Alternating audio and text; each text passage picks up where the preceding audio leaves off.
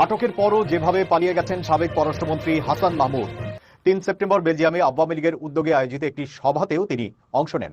আটক হওয়ার পরও হাসান মাহমুদ কিভাবে দেশ ছাড়তে সক্ষম হলেন? ঘড়ির কাঁটায় তখন বাজে রাত 10:30। হঠাৎ করে দোকানের সামনে এসে থামে একটি প্রাডো গাড়ি, যে গাড়ির দরজা খুলে নেমে। আসসালামু আলাইকুম রহমতুল্লাহ। সবাই কেমন আছেন? আশা করি সবাই অনেক অনেক ভালো এবং সুস্থ আছেন। সবাইকে স্বাগতম জানাচ্ছি আমাদের আরেকটি নতুন ভিডিওতে। প্রতিদিনের মতো আমি আপনার মধ্যে সিরিয়াত ফারুকী দর্শক আবারও চলে আসলাম নতুন একটা ভিডিও নিয়ে। আজকের ভিডিও টাইটেল এবং থাম্বনেল দেখে সবাই ইতিমধ্যে বুঝতে পেরেছেন আজকে কি বিষয় নিয়ে কথা বলবো। দর্শক, আজকে যে বিষয় নিয়ে কথা বলবো খুবই গুরুত্বপূর্ণ একটা বিষয়। তাই বিষয়টা আর বেশি বিস্তারিত বলবো না, কারণ বিস্তারিত বলতে গেলে ভিডিওটা অনেক লম্বা হয়ে যাবে। তা আমি সংক্ষেপে করার ক্ষেত্রে আমি মূল আলোচনা চলে যাচ্ছি। তার আগে আপনাদেরকে ছোট্ট একটি অনুরোধ জানিয়ে রাখতে চাই, যারা আমাদের ফারুকী অনলাইন ইউটিউব চ্যানেলটিতে অ্যাকাউন্ট আছে চ্যানেল সাবস্ক্রাইব করে সাথে থাকবেন। যারা ইতিমধ্যে সাবস্ক্রাইব করেছেন তাদেরকে অসংখ্য ধন্যবাদ। যারা সাবস্ক্রাইব করেননি তাদের উদ্দেশ্যে একটি কথা বলবো, আমাদের চ্যানেলের সাথে থাকুন, দেখতে ভালো লাগে, ভালোবাসা হয়ে যাবে ইনশাল্লাহ। আর বেশি কথা না বলে আমরা একটা ভিডিও ফুটেজের মাধ্যমে একটু বিস্তারিত দেখে আসবো। হাসিনা পালানোর পরের দিনেই গ্রেপ্তার হয়েছিলেন হাসান মাহমুদ। আটকের পরেও কিভাবে তিনি বিদেশে পালিয়ে গিয়েছেন তা নিয়ে অনেক রহস্য বেরিয়ে এসেছে। এই ভিডিওতে আপনাদেরকে দেখাবো তাহলে কি সেনাবাহিনী তাকে সাহায্য করেছে দেশ ছেড়ে পালানোর জন্য। অন্যদিকে আরও একজন নেতা ইন্ডিয়া পালিয়ে গিয়েছেন। যেভাবে পালিয়ে গিয়েছেন এলাকাবাসী মুখ খুলছেন তার বিরুদ্ধে। আসুন দেখে আসি ভিডিওতে। অত্যন্ত গুরুত্বপূর্ণ একটি ভিডিও, তাই ভিডিওটি না টেনে পুরো ভিডিওটি দেখবেন। চ্যানেলে নতুন হলে সাবস্ক্রাইব করে রাখবেন পরবর্তী আপডেট পাওয়ার জন্য। বিস্তারিত। গত 6 আগস্ট গণ অভ্যুত্থানের একদিন পরেই একাধিক সূত্র জানিয়েছে পররাষ্ট্রমন্ত্রী ও আওয়ামী লীগের যুগ্ম সাধারণ সম্পাদক হাসান মাহমুদ হযরত শাহজালাল আন্তর্জাতিক বিমানবন্দর দিয়ে দেশ ছেড়ে পালানোর চেষ্টা করলেও ব্যর্থ হন। পরে তিনি প্রতিবেশী ভারত সীমান্তের একটি স্থলবন্দর দিয়ে পালানোর চেষ্টা করেছিলেন। কিন্তু সর্বশেষ সবগুলো সূত্র নিশ্চিত করছে যে হাসান মাহমুদ আটকের পরও ইতোমধ্যে পালিয়ে গেছেন। তিনি বর্তমানে বেলজিয়ামে অবস্থান করছেন। বেলজিয়ামে পালানোর পর 2 সেপ্টেম্বর সাবেক পররাষ্ট্রমন্ত্রী হাসান মাহমুদ সহ ক্ষমতাচ্যুত শেখ হাসিনা সরকারের 18 মন্ত্রী ও 9 সংসদ সদস্যের দেশ ত্যাগে নিষেধাজ্ঞা দেয় আদালত। কিন্তু তার আগেই হাসান মাহমুদ পালিয়ে গেছেন বেলজিয়ামে। 3 সেপ্টেম্বর বেলজিয়ামে আওয়ামী লীগের উদ্যোগে আয়োজিত একটি সভাতেও তিনি অংশ নেন।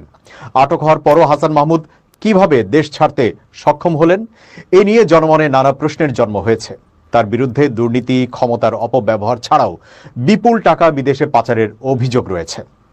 হাসান মাহমুদ সেনা হেফাজতে আছেন এমন খবর বিভিন্ন মাধ্যমে পাওয়া গেলেও হাসান মাহমুদের ঘনিষ্ঠ একটি সূত্র নিশ্চিত করেছেন গত 24 আগস্ট সন্ধ্যায় হাসান মাহমুদ নিরাপদে বেলজিয়ামে পৌঁছেছেন। তিনি এখন বেলজিয়ামের লিমবুর্গ প্রদেশের হ্যাসেল্ট সিটিতে তার নিজের বাড়িতেই আছেন। সেখানে তিনি তার শুভাকাঙ্ক্ষীদের সঙ্গে দেখা সাক্ষাতে সময় কাটাচ্ছেন।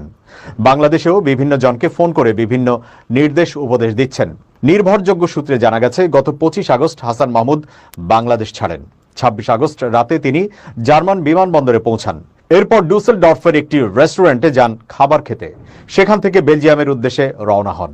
সীতাকুণ্ডের বাসিন্দা জার্মানি আওয়ামী লীগের সাধারণ সম্পাদক মোবারক আলী ভূঁইয়া বকুল এই সময় তাকে সঙ্গ দেন। হাসান মাহমুদ দীর্ঘদিন বেলজিয়ামে বসবাস করেছেন। সেখানে তার ছোট ভাই স্থায়ীভাবেই থাকেন।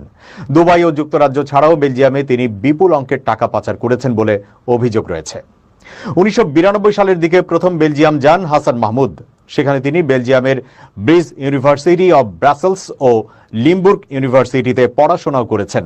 2001 সালে দেশে ফিরে তিনি আওয়ামী লীগ সভানেত্রী শেখ হাসিনার বিশেষ সহকারী হিসেবে যোগ দেন।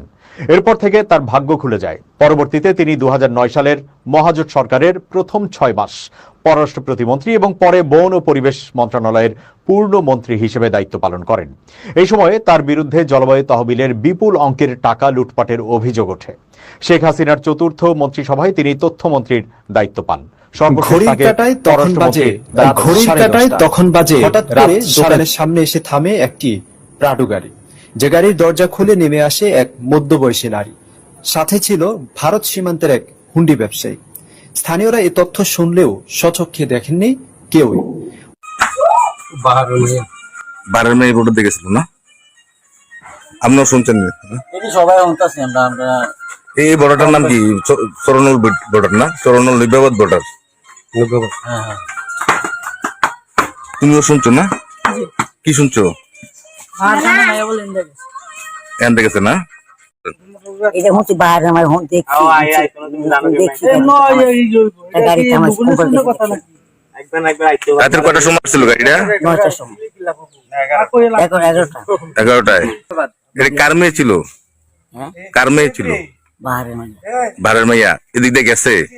29 আগস্ট ভারত বাংলাদেশের অরক্ষিত ও কাঁটাতারবিহীন সীমান্ত কুমিল্লার বুড়িচংয়ে চরানল নবিয়াবাদ দিয়ে ভারতে অনুপ্রবেশ করেন কুমিল্লার বহুল সমালোচিত সাবেক মেয়র তাহসিন বাহার সূচনা। এই ঘটনা এখন টক অব দ্য কান্ট্রি। সেই সাথে এই খবর ছড়িয়ে পড়েছে ভারতের পশ্চিমবঙ্গেও। কলকাতার গণমাধ্যমেও সূচি ও তার বাবা সাবেক সংসদ সদস্য আকম বাহাউদ্দিন বাহারকে নিয়ে সংবাদ প্রকাশিত হয়েছে। আপনারা শুনছেন না? হ্যাঁ শুনছেন কি কইছে? কয়ার কি দেখেছে হিন্দি এরকম কয়। ভারতে অনুপ্রবেশ করা বাহার ও সূচির এখন রাজনৈতিক আশ্রয় চাওয়া ছাড়া আর কোনো পথ নেই।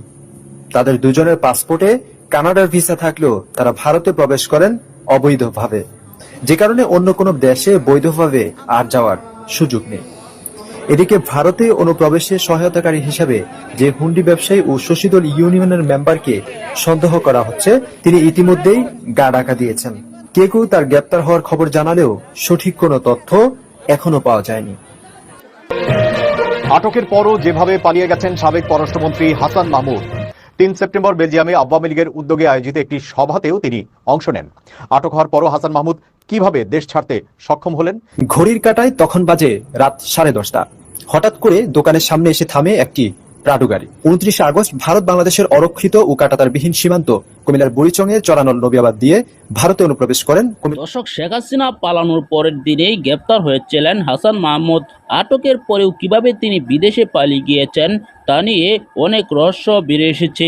এই ভিডিওতে আপনাদেরকে দেখাবো। তাহলে কি সেনাবাহিনী তাকে সাহায্য করেছে দেশ ছেড়ে পালানোর জন্য? অন্যদিকে আরও একজন নেতা ইন্ডিয়া পালিয়ে গিয়েছেন। যেভাবে পালিয়ে গিয়েছেন এলাকাবাসী মুখ খুলছেন তার বিরুদ্ধে। আসুন দেখে আসি ভিডিওতে। অত্যন্ত গুরুত্বপূর্ণ একটি ভিডিও, তাই ভিডিওটি না টেনে পুরো ভিডিওটি দেখবেন। চ্যানেলে নতুন হলে সাবস্ক্রাইব করে রাখবেন পরবর্তী আপডেট পাওয়ার জন্য। বিস্তারিত। গত 6 আগস্ট গণ অভ্যুত্থানের একদিন পরেই একাধিক সূত্র জানিয়েছে পররাষ্ট্রমন্ত্রী ও আওয়ামী লীগের যুগ্ম সাধারণ সম্পাদক হাসান মাহমুদ হযরত শাহজালাল আন্তর্জাতিক বিমানবন্দর দিয়ে দেশ ছেড়ে পালানোর চেষ্টা করলেও ব্যর্থ হন। পরে তিনি প্রতিবেশী ভারত সীমান্তের একটি স্থলবন্দর দিয়ে পালানোর চেষ্টা করেছিলেন। কিন্তু সর্বশেষ সবগুলো সূত্র নিশ্চিত করছে যে হাসান মাহমুদ আটকের পরও ইতোমধ্যে পালিয়ে গেছেন। তিনি বর্তমানে বেলজিয়ামে অবস্থান করছেন। বেলজিয়ামে পালানোর পর 2 সেপ্টেম্বর সাবেক পররাষ্ট্রমন্ত্রী হাসান মাহমুদ সহ ক্ষমতাচ্যুত শেখ হাসিনা সরকারের 18 মন্ত্রী ও 9 সংসদ সদস্যের দেশ ত্যাগে নিষেধাজ্ঞা দেয় আদালত।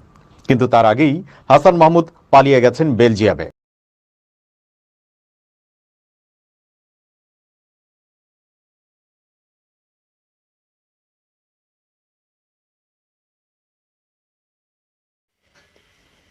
তো প্রিয় দর্শক, ভিডিওটি ভালো লাগলে অবশ্যই শেয়ার করে দিবেন। আর এই বিষয়টা নিয়ে আপনার প্রতিক্রিয়া বা আপনার মন্তব্যটা দ্রুত কমেন্টে জানিয়ে ফেলেন। দেখা হবে না কোনো ভিডিওতে। ভালো থাকবেন, সুস্থ থাকবেন। আমাদের চ্যানেলটিতে নতুন থাকলে চ্যানেল সাবস্ক্রাইব করতে ভুলবেন না। ভিডিওটি ভালো লাগলে শেয়ার করে দিবেন নিশ্চয়ই। ধন্যবাদ সবাইকে। আল্লাহ হাফেজ।